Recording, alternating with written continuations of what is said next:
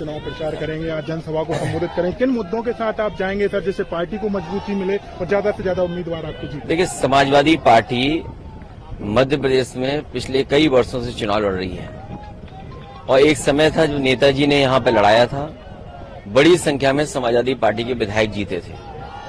पिछली बार भी समाजवादी पार्टी जब चुनाव लड़ी, हमारी पार्टी का एक विधायक चुना गया और कई जगह बहुत अच्छे पार्टी के प्रत्याशी लड़े हैं।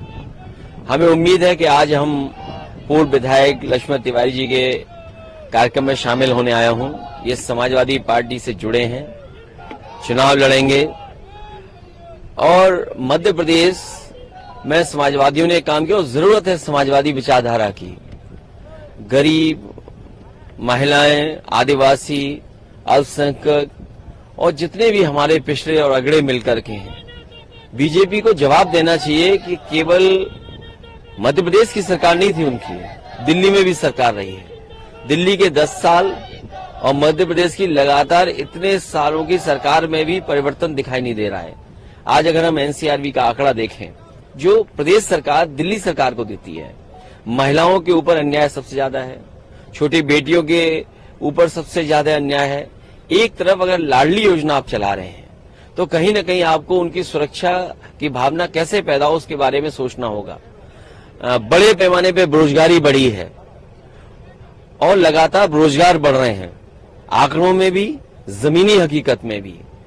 तो जब महंगाई बढ़ जाए, बेरोजगारी बढ़ जाए, अन्याय बढ़ जाए, तो इसके विकल्प देने के लिए समाजवादी लोग हैं और जनता के बीच में रहेंगे।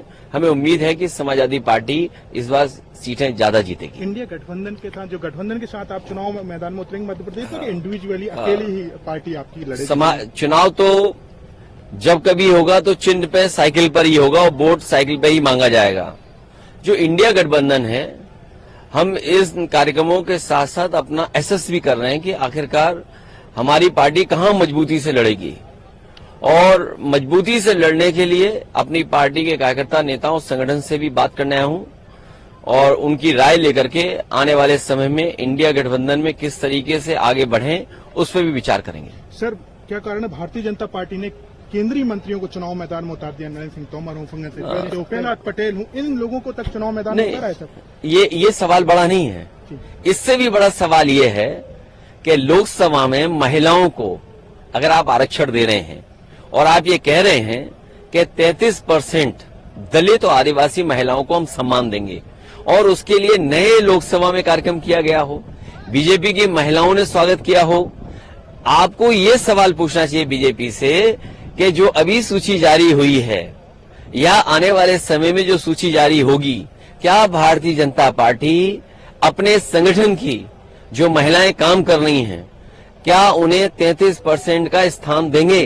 33% का स्थान अगर नहीं दे रहे हैं तो जो बिल लोकसभा में आप लेकर के आए हैं नई लोकसभा में, वो माताओं बहनों के साथ बहुत बड़ा धोखा है, क्योंकि ये बिल लागू नहीं होने वाला है। कम से कम बीजेपी अपने आचरण से, अपने जो टिकट वितरण हो रहा है उस प्रणाली से कम 33% महिलाओं को देकर के तो दिखाए।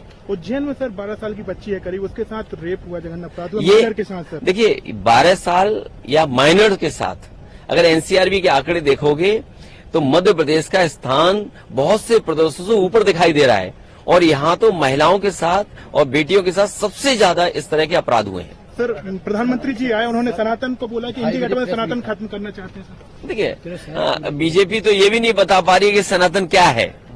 बीजेपी पहले ये तो बताए सनातन धर्म। लक्ष्मण तिवारी जी यहाँ खड़े हैं, पटेल जी खड़े हैं, हम खड़े हैं, क्या हम सनातनी नहीं है? बीजेपी ये समझती है कि बीजेपी को जो वोट दे रहा है वो सनातनी है और जो बीजेपी को वोट नहीं दे रहा वो सनातनी नहीं है। तो इसलिए ये बहस मत छेड़िए, इस बहस में हम बहुत लड़ चुके हैं यूपी में। ठीक है, धन्यवाद।